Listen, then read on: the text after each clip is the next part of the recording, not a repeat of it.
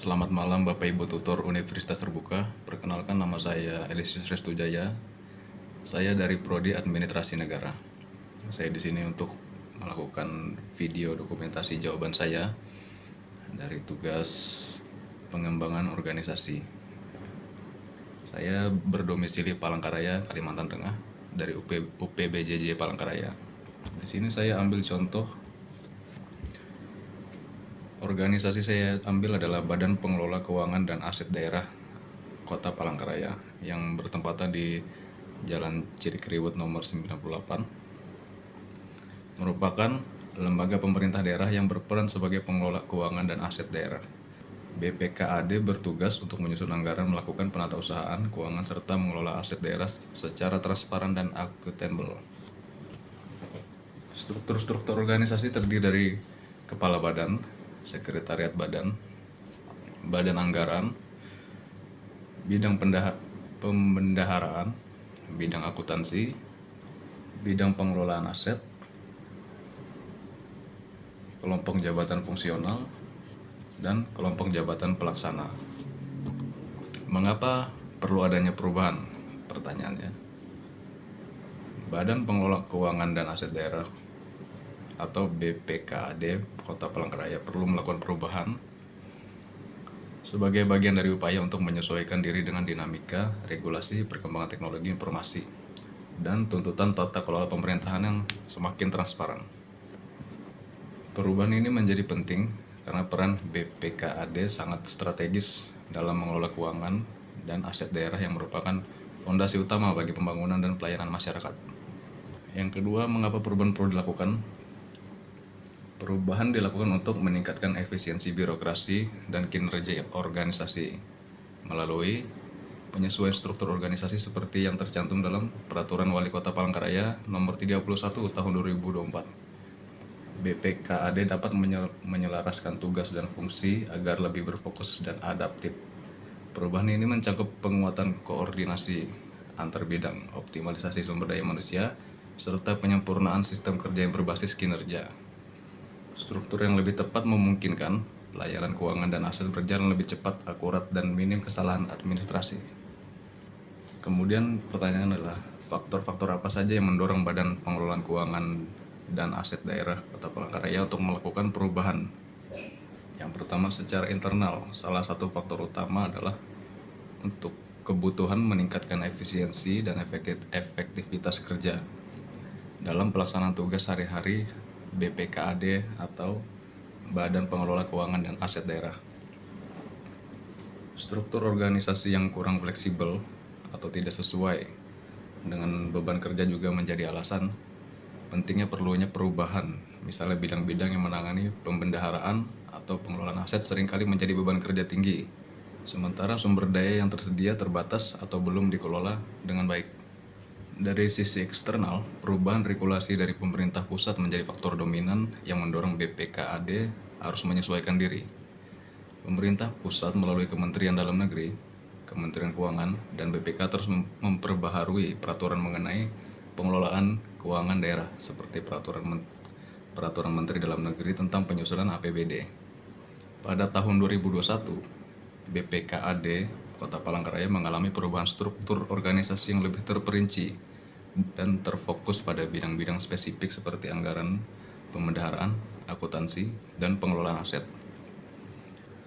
Organisasi seperti Badan Pengelola Keuangan dan Aset Daerah Kota Palangkaraya perlu dilakukan perubahan untuk menyesuaikan diri dengan dinamika pemerintah.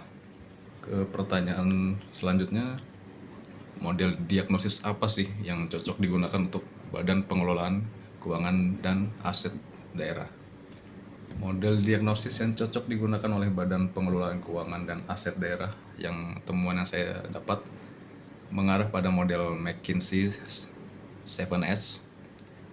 Model ini paling sesuai karena mampu memberikan gambaran menyeluruh terhadap elemen-elemen kunci organisasi yang saling berhubungan dan perlu diselaraskan. Model ini mencakup 7 elemen ya. Yang 3 elemen pertama yaitu elemen keras atau hard element. Itu terdiri dari strategi, struktur, dan sistem. Strategi berhubungan dengan arah kebijakan BPKAD dengan pengelolaan keuangan dan aset. Sedangkan struktur berkaitan dengan organisasi yang harus disesuaikan dengan beban dan fungsi kerja. Sementara sistem mencakup prosedur dan teknologi seperti penerapan sistem informasi keuangan daerah yang modern. Kemudian sisa empatnya adalah elemen lunak atau suplemen. Adalah shared values, skill style, dan staff. Shared values atau nilai bersama harus menjadi dasar budaya kerja seperti integritas dan akuntabilitas. Skill menekankan pentingnya peningkatan kompetensi pegawai terutama terkait teknologi dan pengelolaan aset. Dan kemudian style menunjukkan perlunya kepemimpinan yang mendukung perubahan. Dan terakhir staff menilai apakah SDM sudah sesuai dengan kebutuhan organisasi. Model ini saya rasa cocok untuk BPKAD karena memberikan panduan menyeluruh dalam menyusun strategi perubahan yang tidak hanya fokus pada struktur atau sistem saja, tapi juga memperhatikan manusia, budaya, dan arah organisasi secara keseluruhan. Dengan menggunakan model McKinsey 7S, BPKAD dapat memastikan bahwa semua aspek organisasinya mendukung visi untuk menjadi lembaga pengelola keuangan dan aset yang profesional, transparan, dan akuntabel.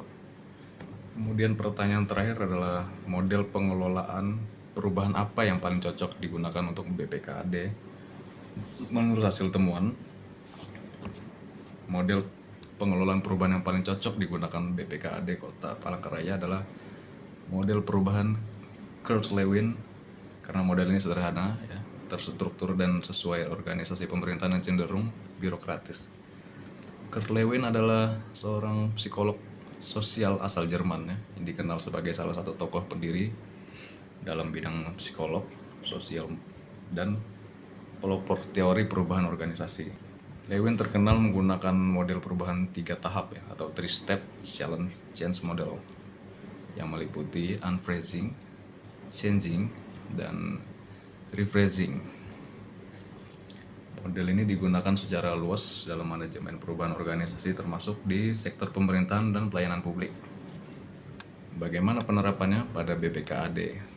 Model ini terdiri dari 3 tahap yang tadi saya sebutkan. Yang pertama, unphrasing atau dalam bahasa Indonesianya pencairan. Pada tahap ini BPKAD perlu menciptakan kesadaran bahwa perubahan memang diperlukan. Ini dapat dilakukan dengan menyampaikan urgensi perubahan seperti tuntutan regulasi baru, peningkatan transparansi, dan kebutuhan digitalisasi. Pegawai harus diberi pemahaman bahwa sistem dan struktur lama sudah tidak lagi efektif, sehingga perlu diperbarui. Proses ini juga mencakup evaluasi menyeluruh terhadap kinerja dan sistem yang ada saat ini. Kemudian yang kedua adalah changing atau bahasa Indonesianya perubahan. Setelah kesiapan internal terbentuk, BPKAD mulai mengimplementasikan perubahan seperti restrukturisasi organisasi, penerapan sistem informasi keuangan berbasis digital, serta pelatihan peningkatan kompetisi pegawai. Pada tahap ini komunikasi intensif, dukungan pimpinan, dan partisipasi aktif dari seluruh unit sangat penting agar proses perubahan berjalan lancar. Kemudian kita ke tahap 3 atau tahap terakhir yang dinamakan rephrasing atau pembukuan kembali. Setelah perubahan diterapkan, tahap ini bertujuan untuk menstabilkan dan mengintegrasikan hasil perubahan ke dalam budaya organisasi. Sistem kerja baru, nilai-nilai baru, dan struktur organisasi sudah diperbarui harus diperkuat kembali agar menjadi kebiasaan. Ini dilakukan melalui evaluasi berkala, pembaruan SOP, serta penguatan insentif atau pengakuan terhadap kinerja positif. Dalam kesimpulannya, model Kurt-Lewin cocok untuk BPKAD karena memberikan alur yang jelas, mulai dari menciptakan kesadaran, melakukan aksi nyata, hingga menjaga keberlangsungan perubahan ini. Ini sangat penting agar perubahan tidak hanya bersifat formal, tapi benar-benar terinternalisasi dalam sistem dan budaya kerja organisasi. Sekian dari hasil jawaban saya yang saya sampaikan pada video ini. Terima kasih atas Bapak Ibu tutor. Sekian, terima kasih.